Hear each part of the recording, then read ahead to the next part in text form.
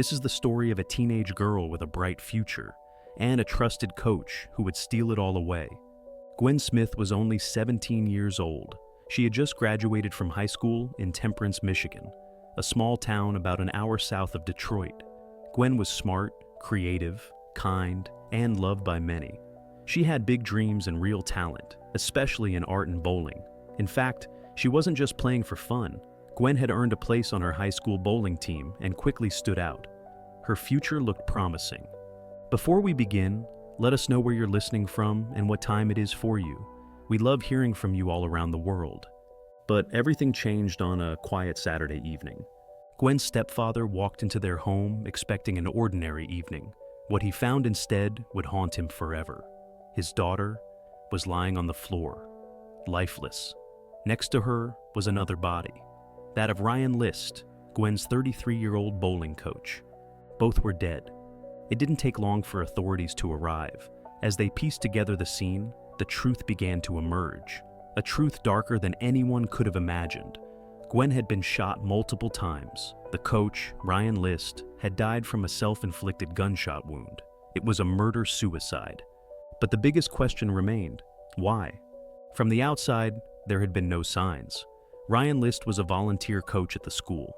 He had passed all the necessary background checks. There were no red flags. Parents trusted him. Students respected him. But as police started digging into the relationship between Gwen and Ryan, some unsettling details began to surface. Gwen's family said she never viewed Ryan as anything more than a coach. She respected him, appreciated his guidance in bowling, but there was nothing romantic or inappropriate, at least not on her end. However, Gwen's stepfather claimed otherwise. He shared that Ryan had sent Gwen inappropriate emails before the killing, messages that, in his words, were enough to know he deserves to rot in a special hell. Police have not released those emails, but they confirmed they were examining digital evidence, text messages, emails, and other communication between Gwen and Ryan, hoping to understand what might have driven a grown man to do something so horrific. So what was Ryan doing in Gwen's house that night? That remains unclear. Investigators couldn't confirm whether Gwen let him in voluntarily or whether he forced his way inside. But what they do know is this: at some point on June 14th, 2024, Ryan List entered the home, shot Gwen multiple times, and then turned the gun on himself. The school community was shaken. The superintendent stated that Ryan had passed every required screening. There had been no signs of danger, no criminal record, no past complaints, no visible warning. He seemed like the kind of person schools wanted working with kids. And yet, this was the result. Gwen's school posted a heartbreaking tribute. They described her as a kind soul, someone who brought light and joy wherever she went. Her classmates remembered her for her warm smile and her incredible talent, both in art and in athletics. She was supposed to go on to college. She had a future. Now, she was gone. In small towns like Temperance, things like this don't happen often, but when they do, they cut deep. The community began asking tough questions. How did this happen? Were there signs that were missed? Could someone have stopped this before it was too late? As police combed through Gwen and Ryan's communication history, one thing was clear. This wasn't random. This was targeted. And most chilling of all, Gwen may have had no idea she was in danger. She may have opened that door simply expecting to talk. But inside Ryan's mind, something had snapped. Some speculate it was rejection. Others say it was control. Either way, the man who was supposed to guide and protect her took everything from her instead. And in doing so, shattered her family's world forever. In the weeks leading up to that tragic Saturday, Gwen Smith had no idea that someone she once trusted was watching her more closely than she realized. Ryan List, her high school bowling coach, had started to cross boundaries.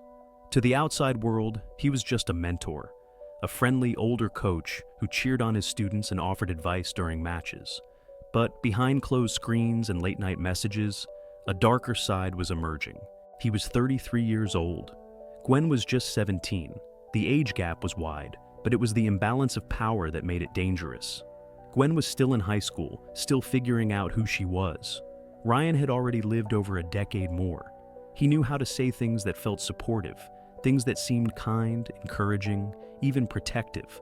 But slowly, his messages became too personal. He began texting her often, sometimes just to check in, sometimes to talk about her life. But then, he began to ask about her feelings, her thoughts, her relationships. At first, Gwen thought it was harmless. Maybe he was just being a good coach. Maybe he just cared. But her stepfather saw the red flags. He would later reveal that the emails and messages Ryan sent to Gwen felt wrong. Not the kind of thing a coach should be saying to a student. Some messages hinted at obsession, others at emotional manipulation. Though Gwen never spoke openly about feeling threatened, something about her had changed in those final weeks. She grew quieter, more withdrawn. But she never told anyone that she was afraid. Ryan List, on the other hand, was growing more intense. Investigators would later uncover a trail of digital communication between them: texts, emails, social media messages. Some were innocent, but others revealed that Ryan may have developed feelings for Gwen that she did not return. The relationship, if it ever existed beyond mentorship, was one-sided. Gwen did not see him as more than a coach, and that rejection, quiet and unspoken, may have been what triggered him. He was not supposed to be at her house. There was no practice that day, no school event. But on June 14, 2024, Ryan List found his way inside Gwen's home. Whether she let him in willingly or he forced entry is still unknown. The house, located on West Stearns Road in Bedford Township, was quiet when Gwen's stepfather returned around 6 p.m. And then he found them. 2 bodies, Gwen Smith, Ryan List. Gwen had been shot multiple times. Her life, filled with promise and potential, ended in the place she should have felt safest, her home. Ryan had died by suicide, the final act of a man who couldn't accept rejection, who couldn't walk away, who made sure that if he couldn't have Gwen in life, no one else would. The scene was horrifying. Police and emergency services arrived quickly. The coroner's report confirmed the manner of Gwen's death as homicide. For Ryan, it was ruled a self-inflicted gunshot wound. The community was shaken, a beloved student, a volunteer coach, a crime that made no sense and left behind only questions.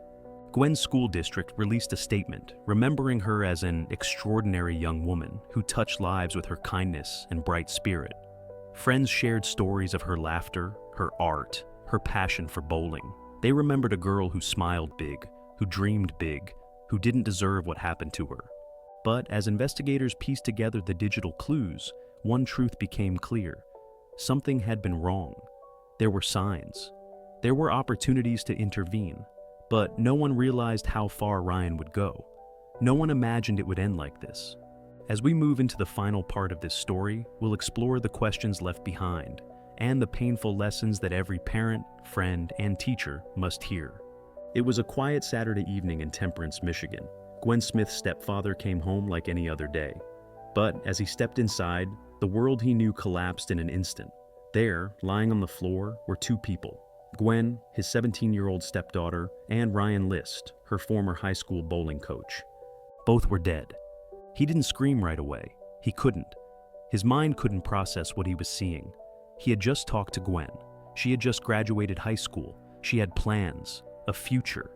But now, she was gone. Investigators arrived quickly. The Monroe County Sheriff's Office began working through the scene, and what they found painted a picture that was both disturbing and heartbreaking. Ryan List had shot Gwen multiple times before turning the gun on himself. But the big question still hung in the air. Why? Why would a grown man, trusted by students and families, turn so violently on a teenage girl? What had happened in that house? As police began their investigation, digital forensics took center stage. They searched through Gwen's phone, her social media, her emails. They looked into Ryan's history. They examined any communication between the two in the days leading up to the murder. And slowly, a story began to take shape. There was no evidence that Gwen had a romantic relationship with Ryan. In fact, her family was confident that Gwen did not see him that way at all. To her, he was just a coach, maybe even a friend. But to Ryan, it was more. He had become obsessed, fixated.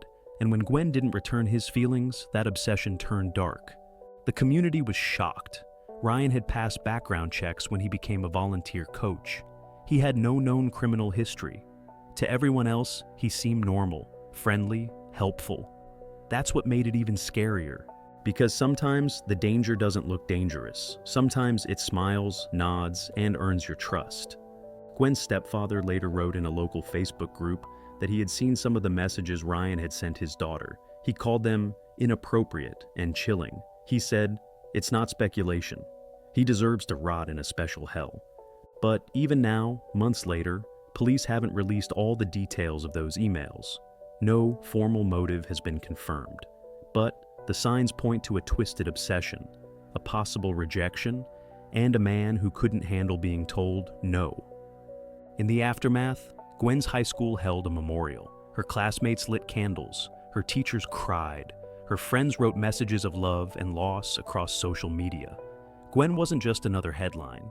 She was someone's daughter, someone's best friend, a bright, kind, talented girl who should still be alive. Her death became more than just a crime scene. It became a wake-up call, a reminder that sometimes danger hides behind a smile, that even people with clean records can carry dark secrets, that grooming, manipulation, and emotional abuse can happen quietly, until it explodes into something unthinkable. For Gwen's family, nothing will ever be the same. The trauma of that night, the pain of what they found, will never fully leave them. But their grief has sparked something powerful, a conversation. About boundaries, about emotional red flags, about paying attention when things don't feel right. Because Gwen's story isn't just about what happened, it's about what could have been prevented. It's about the quiet signs we all need to look for, about trusting your gut, about speaking up, even when you're unsure. If there's one thing Gwen's story teaches us, it's this. Sometimes the greatest danger isn't a stranger in the dark, it's someone we already let in. Let this not just be a tragedy remembered, but a lesson that protects others. This channel exists to share the real stories that must be told, stories that expose the hidden dangers, stories that remind us to speak up, to protect each other, and to never ignore our instincts. Subscribe to True Crime Stories, and don't forget to turn on the bell so you never miss the next one.